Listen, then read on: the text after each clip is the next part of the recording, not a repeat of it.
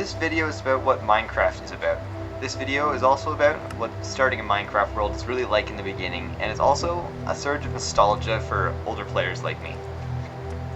Sorry for the stream overlay, I hadn't changed it, but now I have since then, and this video was recorded a long time before it was edited.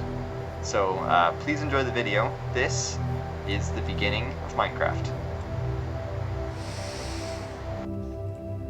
Minecraft normally starts out pretty calm with you crafting a workbench and finding a place to place the workbench. Sorry for the lag, my computer's not that great and I had my recording program poorly optimized at the time. Anyways, so here I was really trying to find a place to settle down. So I ended up just placing down a workbench and getting ready to dig straight down and find me some stone to get a stone pickaxe. Breaking the first rule of Minecraft, never dig straight down. I think that the first few stone blocks that you ever break in Minecraft is one of the most vital parts of the entire game, since you're going to be using stone tools for a very long time after that. I've always found that stone pickaxes are the best because they're low cost and also decent efficiency. They're not that slow compared to other pickaxes if you really look at it. Then of course, after you get your first stone pickaxe, you use that to mine enough cobblestone to get yourself a furnace and all the other tools. This, I think, is a very essential building block to the beginning of the game, and it's really when you start to make progress. Finding food is the next big part because, of course, everybody needs food, and then comes caving and finding your first iron.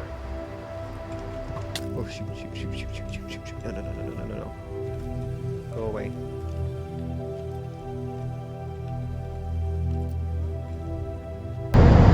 See, to go in that cave, I need a shield, so I'd get myself some iron, I'd go down and adventure some more, find myself a creeper, blow him up intentionally, don't worry, and then I'd mine myself some more coal.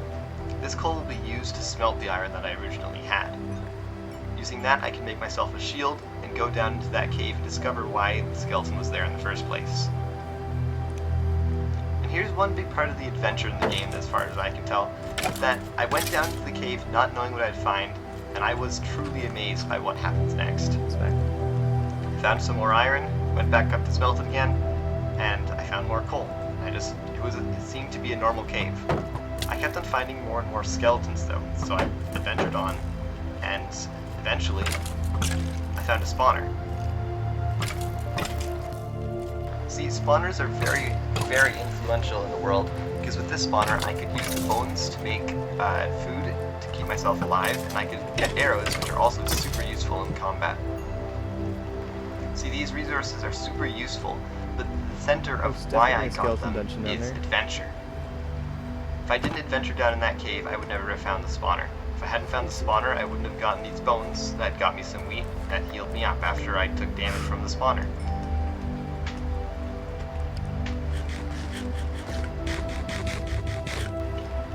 And even after I went back to the spawner a second time, after not perfectly lighting it up, there was still danger present. It was still considered adventure, because I hadn't had this particular unique experience.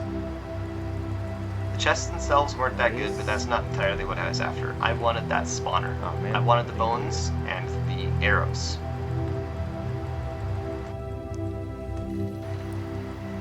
Then comes the mining part, where you just dig down and just keep digging and digging and digging and digging until you hit a cave. This is where it gets interesting. Caves are another big part of adventure, and it's usually where you find your first diamonds or other valuable minerals. I mined some gold. I went back home and started mining again. And after going up and down, finding more and more resources, finally I was ready to start doing some serious production of resources. Here's where I'd say I was no longer in the beginning of the game. Wood is obviously essential, so I went to chop down some more of that, and some more of that, and some more. Point is, I used this wood really in an essential way to the game again, to build myself a farm. Building a farm is another huge part of the game that helps you get the beginning resources.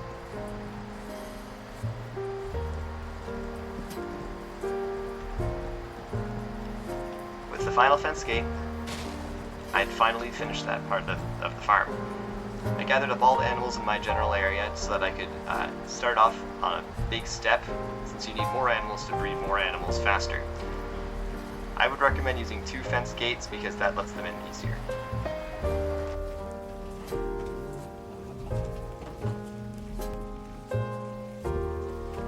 Next step was to find sheep, and I did that pretty easily.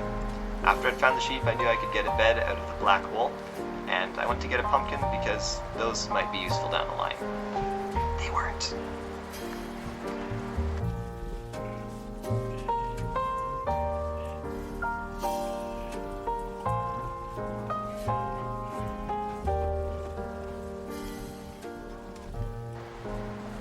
After building myself a little bridge to get over that thing faster, I was ready to shear the sheep. After that, I was able to make myself a bed super easily with just 1 shear, which is new to me. After that, I went to get myself some white dye and some bone meal to get myself some more food. Notice that I decided to dye the sheep first before breeding them, so that way I could get more likely to get a white sheep, which are easily dyed to other colors. I wanted to get a rainbow sheep pen. And that really ties up the main thing of what was happening in this thing. The point that I wanted to get to was that Minecraft is really about building and progression, especially in the beginning of the game.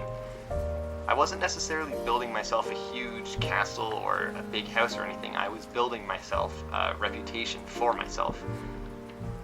There's no other people in this game, at least in single player, to give you a reputation, so you really need to do it for yourself when you're playing. And that is what I think that Minecraft is really about, especially in the beginning. Building.